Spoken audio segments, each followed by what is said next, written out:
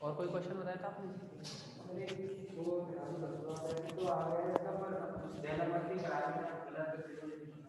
अच्छा, अब देखिए इसमें एक और क्वेश्चन है, क्वेश्चन नंबर 10, इसके बारे में हम डिस्कस करेंगे।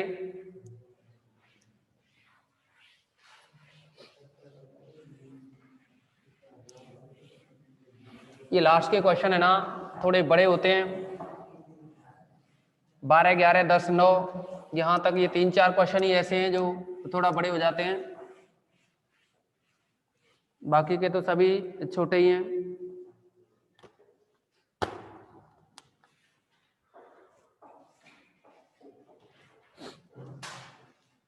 क्वेश्चन नंबर 10 है,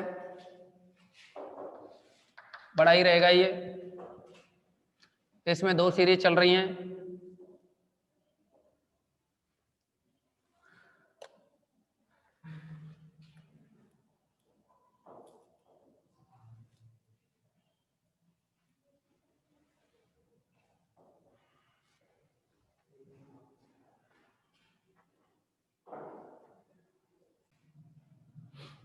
जैसा कि आपके लिए बताया कि क्वेश्चन नंबर 10 है, सेम आपको क्वेश्चन कराया था हमने 9वें नंबर का, उसकी तरह है, और ये 2 सीरीज चल रही हैं, और ये है इसमें a/b प्लस,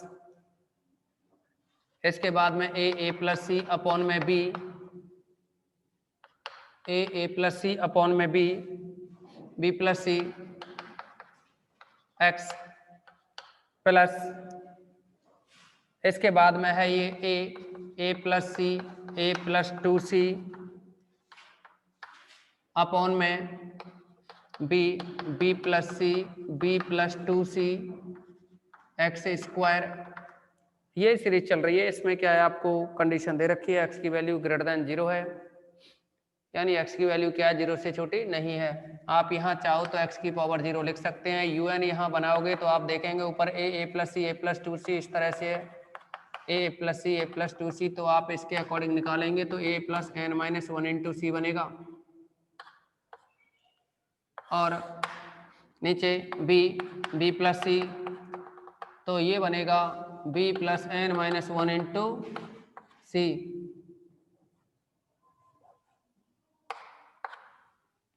अभी देखोगे आप x की पावर 0, 1, 2, तो इससे बनेगा x की पावर n माइनस 1। कोई भी समस्या हो तो बताएंगे। अब देखो इसके बाद में ये un है, अब नेक्स्ट टर्म निकालेंगे un प्लस 1, तो un प्लस 1 बनेगा ऊपर a plus c a plus 2c, और n की जगह n प्लस 1 रखोगे तो ये a प्लस n बन जाएगा, लेकिन इससे पहली वाली जो टर्म है वो तो a plus n minus 1 into c है। इसके बाद जो टर्म बनेगी ना, n की जगह n प्लस 1 रखोगे तो ये a प्लस n बनेगा। नेक्स्ट है ये b plus c b plus 2c, तो इसके अकॉर्डिंग यहाँ ये b plus n minus 1 into जो c है, इसके बाद जो टर्म बनेगी ना, n की जगह n प्लस 1 रखोगे तो n से 1 से 1 कैंसिल होकर के, और ये बनेगा यहाँ b प्लस, यहाँ तो बनेगा देखिए एन सी बनेगा, और ये माइनस का सी, एन की जगह क्योंकि n प्लस 1 रखोगे ना, 1 1 कैंसिल, तो एन सी बनेगा ये, और यहाँ बनेगा b प्लस एन सी ही यहाँ बनेगा। अब देखो x की जो पावर है वो n माइनस 1 है, तो ये बन जाएगा n की जगह n प्लस 1 रखोगे तो x की पावर n। अब आपको क्या करना है, आपको देलंबर अनुपात परीक्षण लगाना है। तो आपको जो डॉटेड लाइन की है, इससे लेफ्ट वाली साइड में जो भी टर्म्स हैं कैंसिल हो जाएंगी देलंबर अनुपात परीक्षण से। तो देलंबर अनुपात परीक्षण के अकॉर्डिंग आप un अपॉन un प्लस 1 निकालेंगे तो ये बनेगा ऊपर x की पावर n माइनस 1 अपॉन में है ये a प्लस एन सी, तो a प्लस एन सी, और ऊपर है ये x की पावर n इंटू ये नीचे वाली टर्म ऊपर चली जाएगी b plus n c, x की पावर n से पावर n कैंसिल, x पे जो माइनस 1 है वो नीचे आ जाएगा, तो ऊपर बना b plus n c, upon में आएगा ये a प्लस एन सी, और ये साथ में 1 अपॉन x।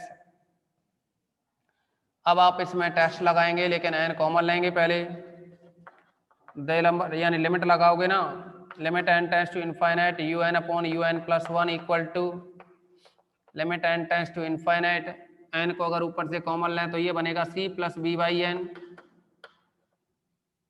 यहाँ से बनेगा n कॉमन लेंगे तो c plus a by n, क्योंकि जो n कॉमन लिया है उस n से n कैंसिल हो गया और साथ में है वन अपॉन एक्स। अब b बाई एन है ये जीरो हो जाएगा, a बाई एन है ये भी जीरो हो जाएगा, c अपॉन सी बनेगा जो कि वन हो जाएगा, वन हो जाएगा तो ये यहाँ वन अपॉन एक्स बचा। अब वन अपॉन एक्स बचा तो यहाँ कंडीशन लगानी पड़ेंगी, हो सकता है वन अपॉन एक्स की वैल्यू एक से बड़ी हो तो फिर ये कंडीशन अभिसारी की होगी, और ये भी हो सकता है कि वन अपॉन एक्स की वैल्यू क्या हो, एक से छोटी हो, तो ऐसी कंडीशन में जो श्रेणी होगी वो अपसारी होगी। और अगर वन अपॉन एक्स की वैल्यू एक के बराबर हो जाए यानी एक्स बराबर एक हो जाए तो वह जो कंडीशन होगी वो टेस्ट फेल होने की होगी। तो टेस्ट जब फेल हो जाएगा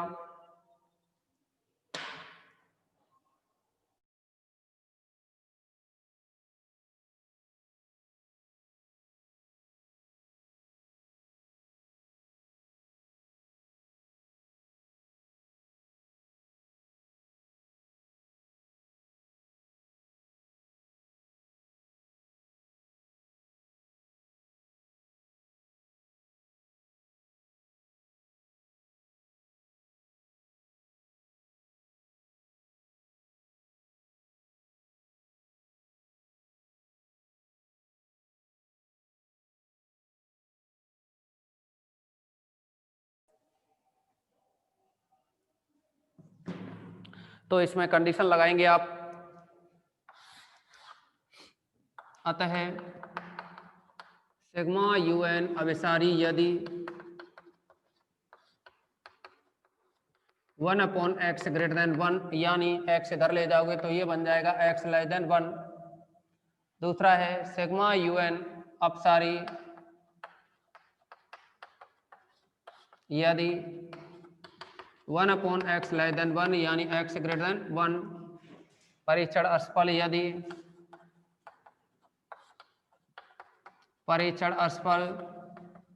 यदि one upon x equal to one यानी एक्स इक्वल टू वन। अब x बराबर एक पर अगर इसमें x बराबर एक रखा जाए तो देखना u n upon u n plus one की वैल्यू निकाल रहे हैं हम, क्या है यहाँ से गॉस परीक्षण लगाना चाह रहे हैं। कौन सा टेस्ट? गॉस। तो आप देखोगे इसमें x बराबर जो एक है इस पर अगर ये परीक्षण असफल होता है तो फिर सीधे ही इसमें गॉस परीक्षण का यूज करना चाह रहे हैं। U n upon u n plus one हमारे पास रेडी है ये। अब गॉस परीक्षण से आप चाहते तो दे लंबर टेस्ट फेल हो जाए, राबी लगा सकते हो, राबी के बाद में दे मॉर्गन एवं बर्ट्रांड्स लगा सकते हैं, लेकिन हम क्या है इसको गॉस के अकॉर्डिंग करें तो सीधे ही रिजल्ट आ जाएगा गॉस परीक्षण से।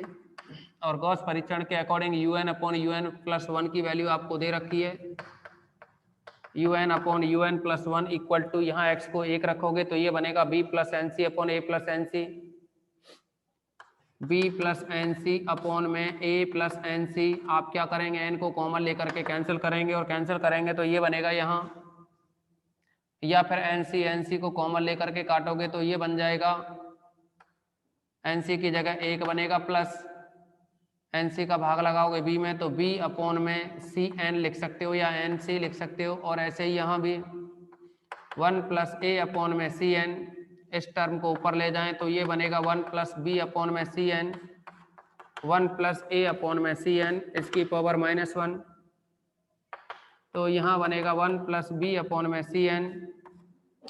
इसका प्रसार करोगे, एक ही बार प्रसार करें तो one minus a upon C N आएगा, और भी टर्म्स आती लेकिन ज़्यादा लिखी नहीं हमने। अब अगर आप b बाई सी एन का गुणा यहाँ एक से करें या एक का गुणा पहले एक का गुणा यहाँ करेंगे इस ब्रैकेट से तो one minus a upon C N बना, b बाई सी एन का गुणा करेंगे एक से तो ये बनेगा b अपॉन में सी एन माइनस, और यहाँ करेंगे तो ये बना ए बी अपॉन में सी एन स्क्वायर। तो आप स्क्वायर वाली टर्म को तो आपको बताया गामा एन अपॉन एन की पावर p लिख सकते हो, क्योंकि जो गॉस परीक्षण था उसमें आपको बताया था गॉस परीक्षण में कि u n upon u n plus one equal to alpha plus beta by n plus gamma n upon n की पावर पी, ये फॉर्म बनती है। यहाँ अगर अल्फा की जो वैल्यू है वो 1 से बड़ी हो जाए तो श्रेणी अभिसारी होगी, अगर इस अल्फा की वैल्यू 1 से छोटी हो जाए तो श्रेणी अपसारी होती है, और अगर अल्फा इक्वल टू 1 हो जाए तो फिर बीटा को देखते हैं। यदि बीटा की वैल्यू 1 से बड़ी हो तो श्रेणी अभिसारी होगी, और अगर बीटा की वैल्यू लेस देन इक्वल 1 होगी तो अपसारी होगी। अब आप देखेंगे यहाँ 1 माइनस, यहाँ देखोगे बी बाई सी और ए बाई सी, तो सी तो कॉमन है, आप चाहो तो एलसीएम लें सी एन, ऊपर बनेगा ये बी माइनस ए, फिर है यहाँ plus gamma n upon n की पावर पी। ओके, अब आप देखेंगे इसमें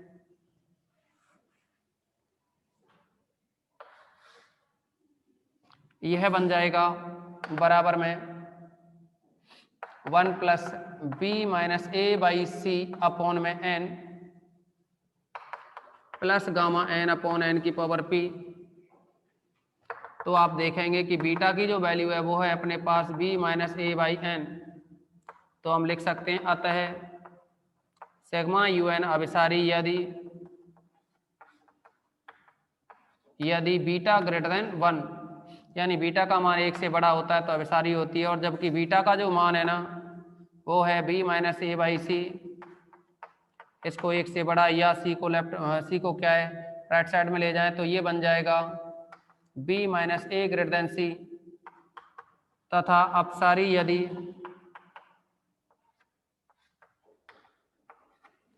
अपसारी होगी यदि बी माइनस ए है ये कैसा हो लेस देन इक्वल 1, यानी b minus a upon c less than equal 1, या b minus a less than equal c. Okay, ये कंडीशन रहेंगी और ये इस प्रॉब्लम का सॉल्यूशन रहेगा। सभी स्टूडेंट स्क्रीनशॉट लेंगे इसका, स्क्रीनशॉट लेंगे सभी इसका।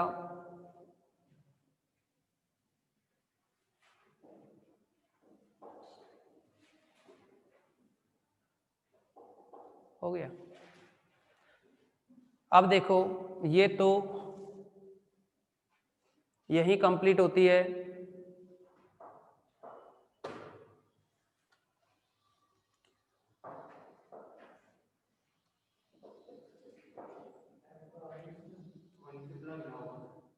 यह एक्सरसाइज यहाँ कंप्लीट होती है, यानी यूनिट है आपकी ये फर्स्ट, और फर्स्ट यूनिट है वो कंप्लीट हो गई आपकी।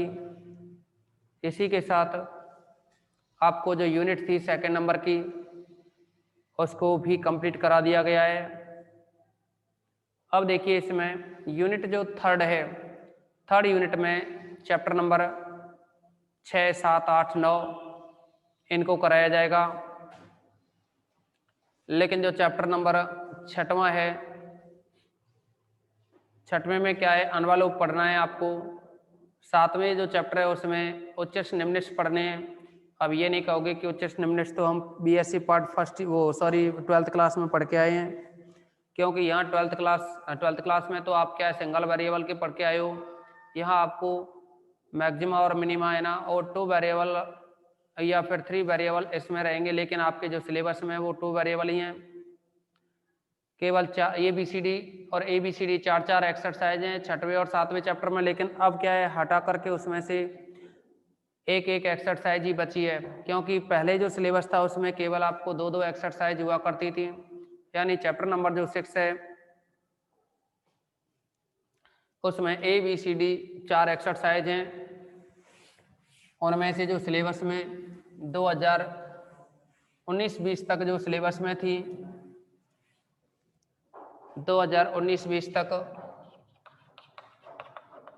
सेशन 2019-20 है ना, इसमें आपको 6वें चैप्टर की ABCD में से C और D सिलेबस में नहीं थी, केवल और केवल A और B सिलेबस में थी। लेकिन 7वां जो चैप्टर है इसमें ABCD में AB सिलेबस में नहीं थी, C और D थी। लेकिन अब क्या है कि यहाँ थोड़ा सा और परिवर्तन हो गया है इस वर्ष 2020-21 के लिए। इस सेशन में क्या है, आपको यहाँ से बी और हटा दी गई है और यहाँ से डी को और हटा दिया गया है, यानी 6वें में से ए पढ़नी है और 7वें में से सी पढ़नी है। 8वां जो चैप्टर है ये है एसिम्प्टोट्स, यानी अनंत स्पर्शी ज्ञात करना। तो अनंत स्पर्शी क्या है, आपके लिए कार्तीय रूप में भी सिखाई जाएंगी, कार्तीय रूप, दूसरा ध्रुवीय रूप में भी सिखाई जाएंगी, तीसरा होता है प्राचल रूप। वैसे तो फॉर्म काफ़ी होती हैं, अगर मान लीजिए एक्स वाई में कोई भी रिलेशन हो, कोई भी समीकरण एक्स वाई में दे रखी हो तो ये कार्टेशियन फॉर्म में कहलाती है, यानी कार्तीय रूप कहलाता है। और अगर कोई भी समीकरण आर और थीटा की फॉर्म में हो तो इसको ध्रुवीय रूप कहते हैं, और यदि एस साई की फॉर्म में हो तो इसको नैज समीकरण कहते हैं, नैज समीकरण। और इसके बाद में पी और आर में हो तो इसको पदिक समीकरण कहते हैं। और यदि x का मान किसी भी t के पदों में हो और y का मान है वो भी किसी t के पदों में हो, t हो सकता है यहाँ, थीटा हो सकता है यहाँ, अल्फा हो सकता है, कुछ भी लिखा जा सकता है t की जगह, तो इसको प्राचल समीकरण के नाम से जानते हैं। ओके, ये सभी अभी तक आपने ज़्यादातर क्या है कि x और y के रूप में कार्तीय पढ़ी हैं, हो सकता है ध्रुवीय का भी नाम सुना हो। और एक अवकलन जब किया होगा आपने तो x और y के मान t के पदों में, तो वहाँ अवकलन में पढ़ लिया है, लेकिन ये नहीं पता होगा वहाँ की इसको क्या बोला जाता है। तो इसको क्या है, प्राचल रूप में समीकरण पढ़े जाते हैं इसको, कि ये क्या है, प्राचल रूप है किसी भी समीकरण को व्यक्त करने का। और ये p और r में रिलेशन हो तो ये पदिक हो जाता है। पदिक को आपके लिए हम चैप्टर नंबर 3, 4 में जिक्र कर चुके हैं। इसके बाद में यानी 3 नंबर का जो चैप्टर है ना, वहाँ पदिक के बारे में जिक्र कर चुके हैं आपको। और एस साई जो कि नैज समीकरण होता है, ये नैज जो समीकरण है यह एक टॉपिक उसमें भी आएगा आपका समाकलन का, लेकिन अब जो सिलेबस है उसमें से इस नैज को, नैज तो पहले भी हटा दिया था, लेकिन इस यानी जो चैप्टर नंबर 3 है ना आपका इंट्रीगल में से, यानी चैप्टर नंबर 1, 2, 3, 4, 5 पहले सिलेबस में हुआ करते थे। अब क्या है कि ये जो चैप्टर नंबर 3 है, चैप्टर 3 की पहले ए और बी एक्सरसाइज 2 हैं, इनमें से इस बार क्या है कि इस एक्सरसाइज को हटा दिया है। पहले तो बी को हटा दिया गया था, लेकिन इस बार से क्या है, ए एक्सरसाइज को और हटा दिया गया है।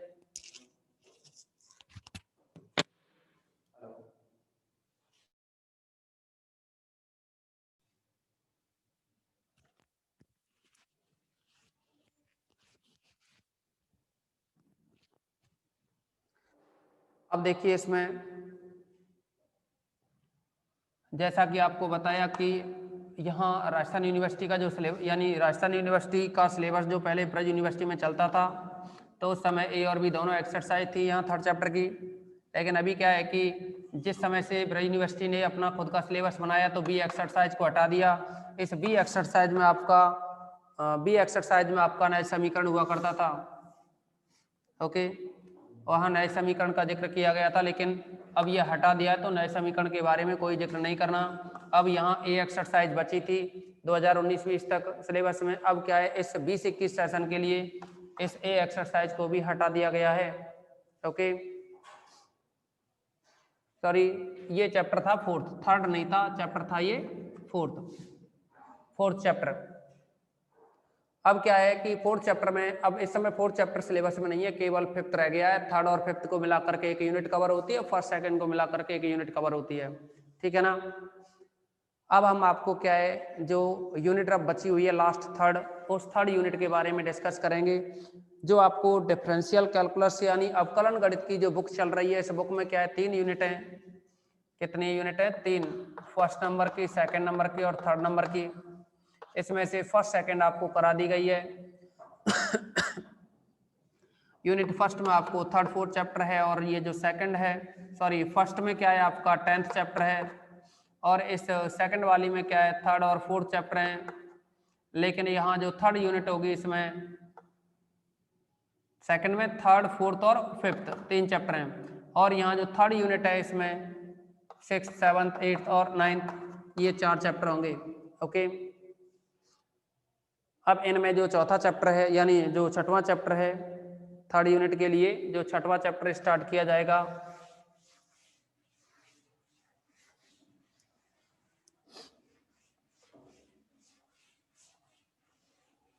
वो है अनवलोप।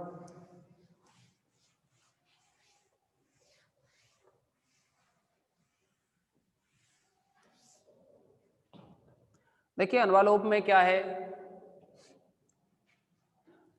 जैसे कि y equal to m x plus a upon m का जिक्र करें हम, ये क्या है, एक रेखा का समीकरण है, कोई भी सरल रेखा है, क्योंकि किसी भी सरल रेखा का समीकरण y is equal to m x plus c type का होता है,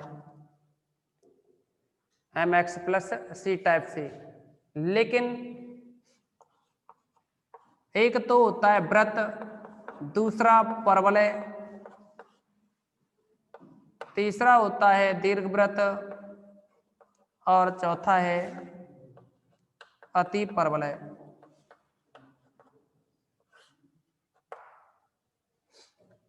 देखिए यहाँ सी की जो कंडीशन है इन सब के लिए क्या है, अलग अलग होती है। परवलय के लिए यहाँ जो सी का मान होता है वो a बाई एम है, तो ये जो a बाई एम होता है ना, ये परवलय के लिए सी का मान होता है। नहीं है तो आप इसको चेक कर सकते हो, और चेक कैसे करना होगा कि एक तो ये समीकरण दे रखा है। अच्छा देखो, इस एक्सरसाइज में ना तो कोई परीक्षण होंगे ना ही कोई फॉर्मूले होंगे, जितना भी आपने पहले पढ़ रखा है उसी का यूज किया जाएगा, कुछ भी नया नहीं है, ठीक है ना। तो आप देखोगे यहाँ कि ये जो m दिखाई दे रहा है, m यहाँ प्रवणता है, m के मान बदलते जाओगे तो ये किसी भी वृत्त पर कितनी भी स्पर्श रेखाएं खींची जा सकती हैं। ये वृत्त है, अगर इस प्रवणता की वैल्यू बदलते जाएं, हो सकता है अगर प्रवणता का मान 45 डिग्री हो जाए तो ये क्या है, यहाँ से कुछ ऐसे जाएगा 45 डिग्री पर, तो ये स्पर्श रेखा बनेगी। हो सकता है इसका मान थोड़ा घट बढ़ जाए, तो मान लो लगभग 10 डिग्री हो जाए, तो मान लो ये जा रहा है यहाँ 10 पे या 15 डिग्री जो भी है, क्योंकि ये फिक्स थोड़ी है एक्स अक्ष के साथ में। तो कोण यानी जो एम होता है इसका मतलब होता है टेन थीटा, तो डिपेंड होगा कि थीटा का मान कितना हो, तो उसके अकॉर्डिंग ऐसे वृत्त पर कितनी भी स्पर्श रेखाएं खींची जा सकती हैं जो इस एक्स अक्ष के साथ भिन्न भिन्न कोण बनाएं। तो यहाँ अगर हम ये कहें कि m जो है वो प्रवणता है, ये डिपेंड होती है एंगल थीटा पर, और थीटा पर डिपेंड होती है, यानी थीटा बदलते रहो m के मान बदलते रहेंगे, और m के मान जब बदलते रहेंगे तो इसका मतलब ऐसी कितनी भी ये स्पर्श रेखा हो सकती है। सॉरी, हम परवलय की बात कर रहे हैं ना, ये परवलय पर है, क्या है ये, परवलय पर। तो m के मान बदलते रहे तो ऐसी कितनी भी स्पर्श रेखाएं खींची जा सकती है, यहाँ परवलय पर ऐसी कितनी भी स्पर्श रेखाएं ड्रॉ की जा सकती हैं। ओके, तो ये डिपेंड है m की वैल्यू पर, किस पर डिपेंड रहेगा, m की वैल्यू पर।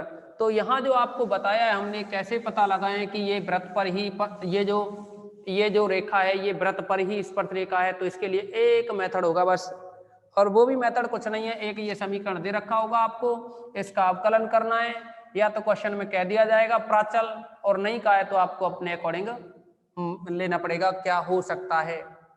तो यहाँ क्या है, m है, इसको प्राचल नाम दिया जाता है, और ये आपका जो एक्सरसाइज है उसका ई लास्ट का क्वेश्चन होगा, 6A का पहले का ई क्वेश्चन होगा, और उसमें कहेगा कि इसका अनुवालोप ज्ञात करो। तो हम करते क्या है कि जो डिस्क्रिमिनेटर यानी विविक्तर जो निकालते हैं ना, B square equal to 4AC, इसके यूज के द्वारा आप देखेंगे इसे m का गुणा इधर किया जाए तो ये बनेगा m by equal to m square x plus का a। यहाँ से सॉल्व करोगे m बाई को राइट साइड में ले जाएं तो एम स्क्वायर एक्स माइनस का m बाई और प्लस का a इक्वल टू 0। आप देखोगे m में 2 घात का है, प्राचल ये जो प्राचल m है ना भाई, जिस पर डिपेंड हो रही है स्पर्श रेखा, ये जो स्पर्श रेखा है जिस वैल्यू पर डिपेंड है उसको प्राचल कहते हैं, पैरामीटर कहते हैं। तो उस पैरामीटर की वैल्यू आप बदलते जाओ तो ऐसी कितनी भी स्पर्श रेखाएं प्राप्त की जा सकती हैं। तो आप देखोगे यहाँ ये m में क्या है, 2 घात का समीकरण है, 2 घात का समीकरण, तो ये a की वैल्यू हो गई, ये b की वैल्यू हो गई, और ये c की वैल्यू हो गई। जैसे कि आप धराचार्य सूत्र लगाते हैं ना, तो वहां भी तो ABC फिक्स करते हैं। तो यहाँ m में देखो, m 2 घात का है, यानी m में ये 2 घात का है, तो ये a का मान हो जाएगा, m को छोड़ करके माइनस का जो y है, माइनस y है, b का मान हो जाएगा, और c का मान हो गया a। तो आप देखोगे b स्क्वायर बराबर 4AC में, तो b की वैल्यू कितनी है, माइनस y, माइनस वाई रखें, इसका वर्ग बराबर में 4a का मान कितना है x इंटू में सी का मान कितना है a। तो आप देखेंगे माइनस वाई का जो वर्ग है वो वाई वर्ग रहेगा, बराबर में 4ax बना। तो जैसा कि हम आपको कह रहे थे कि ये जो क्या है परवलय पर स्पर्श रेखा का समीकरण होता है, क्या ये परवलय पर स्पर्श रेखा का समीकरण होता है। वैसे ही आपको जो एक्सरसाइज दे रखी है उसका क्वेश्चन नंबर फर्स्ट होगा, फर्स्ट का भी पहला भाग, वो क्या है दीर्घवृत्त पर स्पर्श रेखा का समीकरण है, वो उसके द्वारा क्या बनता है दीर्घवृत्त बनता है। तो यहाँ क्या है ये सब कुछ आपको एक बार सिस्टमेटिक तरीके से बताया जाएगा और वो सब आपको अगली क्लास से बताएंगे।